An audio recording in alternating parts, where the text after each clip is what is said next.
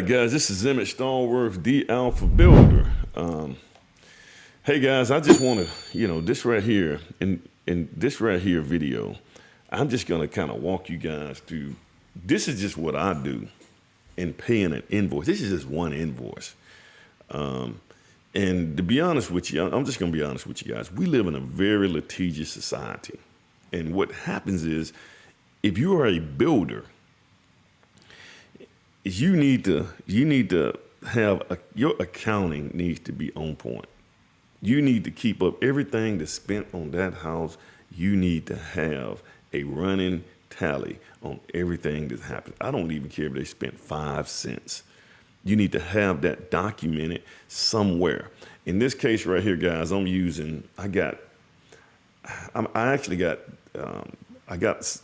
doing three things on mine. So I have a Excel spreadsheet that I use. I have my bank. I have that 3-check binder, and I keep up with everything on that bank item as well. So there's a running tally on that. There's a running tally on my Excel spreadsheet, and I also keep a running tally on the software.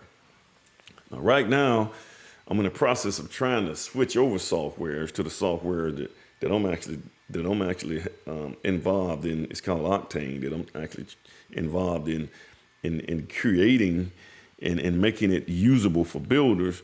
The problem is that I started this particular house with the software. So the issue with that is you got to continue to use that software until that house is 100% complete. So I got to keep going with this right here until that house is 100% complete, because that data is more important than anything. Because at the end of the day, man, if you guys get sued and the attorney on the other side is asking for discoveries, okay, and they come in and they say, hey, we need you to produce everything that was brought, everything, every line item and everything that was purchased for that particular house. If that's done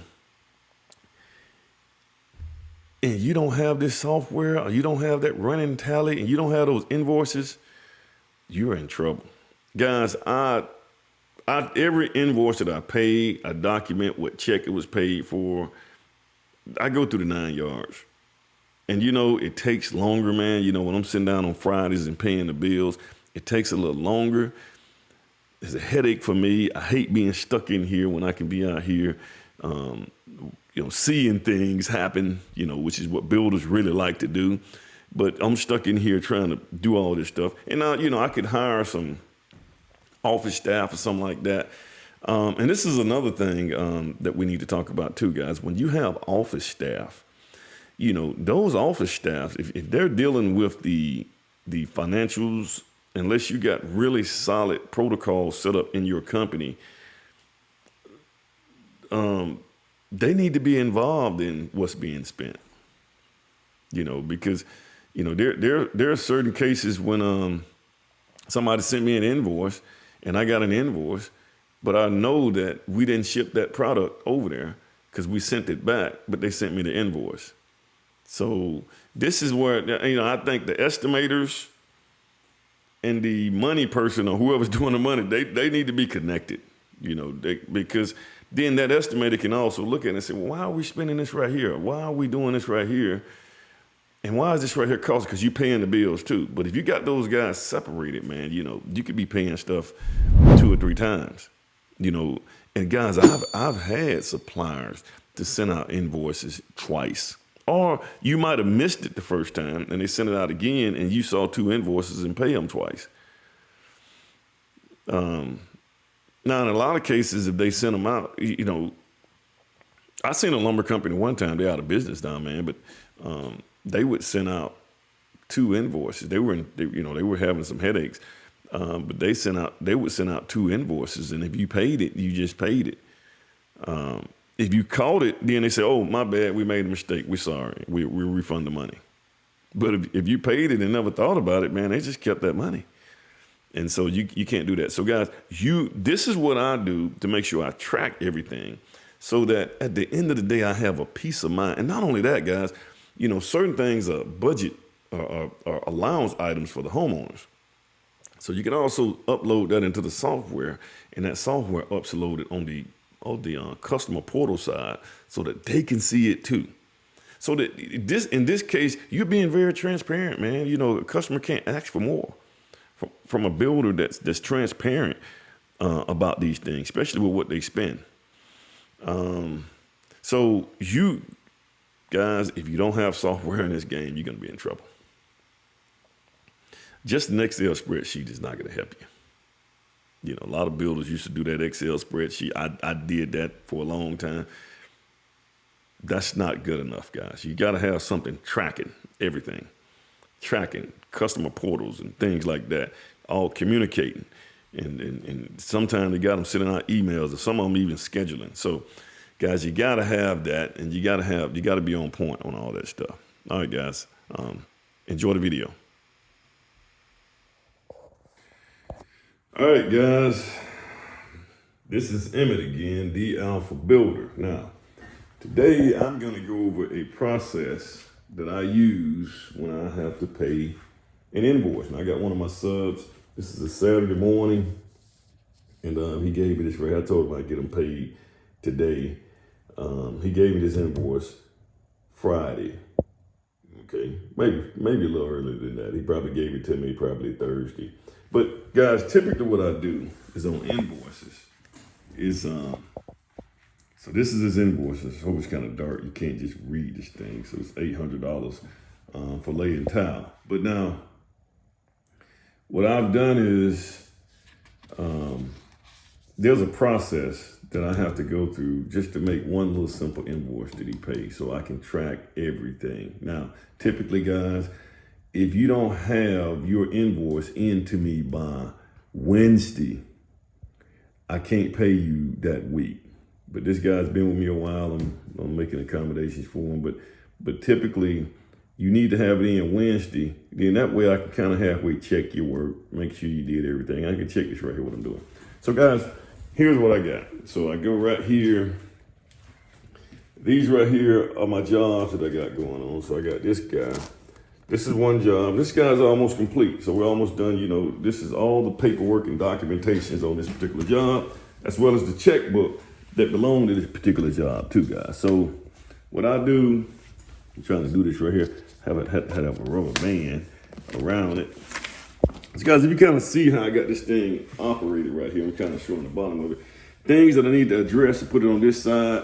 Things that were paid and taken care of, I put it on that side. Once I pay it, I put it on the other side.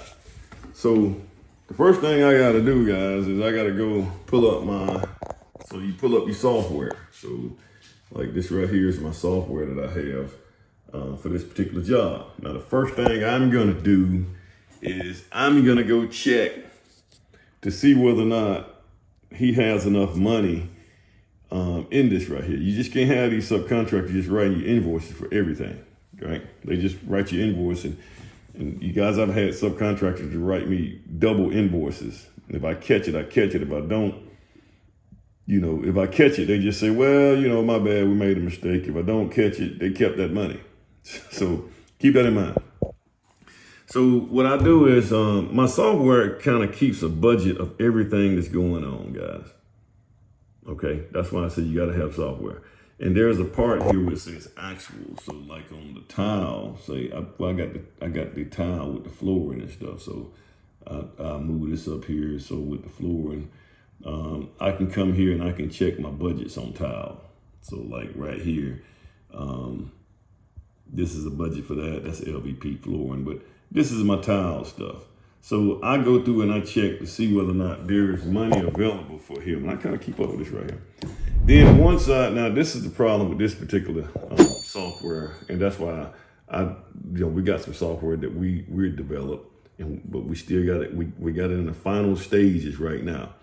I'm having to track this thing two or three times. So what you want to do is I'm gonna check here. I got the money here. Then I have a running tally of everything that happened on this job site, which is right here. This right here is every check. So I go over here. This is every check that was written on this particular job site. This is an itemization of everything that happened on this one job site, guys. All the draws that went to the bank and everything. Every time I write a check to the subcontractors, everybody, this right here keeps up with all of that. This right here keeps up with it as well. But this right here mainly focuses it focuses mainly on the job. Make sure you stay on budget. And this right here is when I write a check. And I also I keep both of these right here, guys, tracking each other. Okay. So the stuff in here is in here. All right. Then, guys, I come here and I get my checkbook out. Make sure we ain't got nothing. I had to put it over here. But let me put it on this side right here. But these are my checks right here that I write. Guys, and I like to write these type of checks here. These guys right here. And I keep an itemization of everything that happens on my job sites. So you can kind of see everything that happens.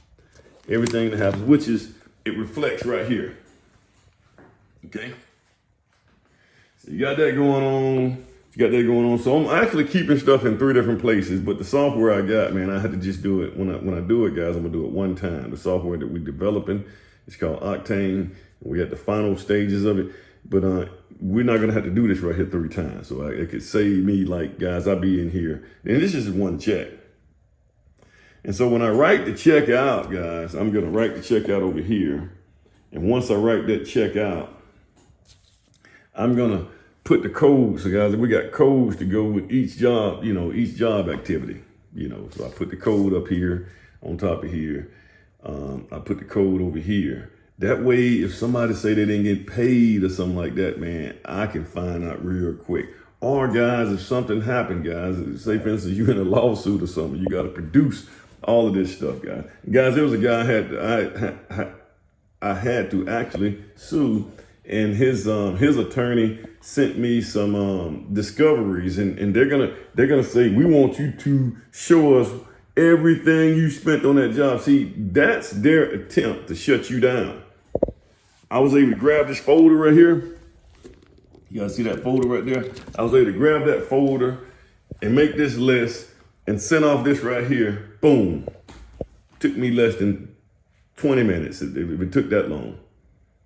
This is why you want to keep this stuff. And then this right here keeps it to where subcontractors they won't get you.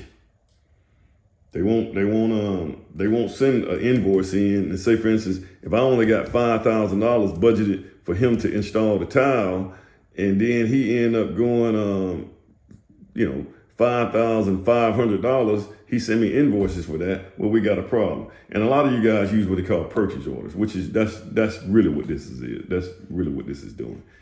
So guys, software, tracking, checks, hard copy, takes all of that.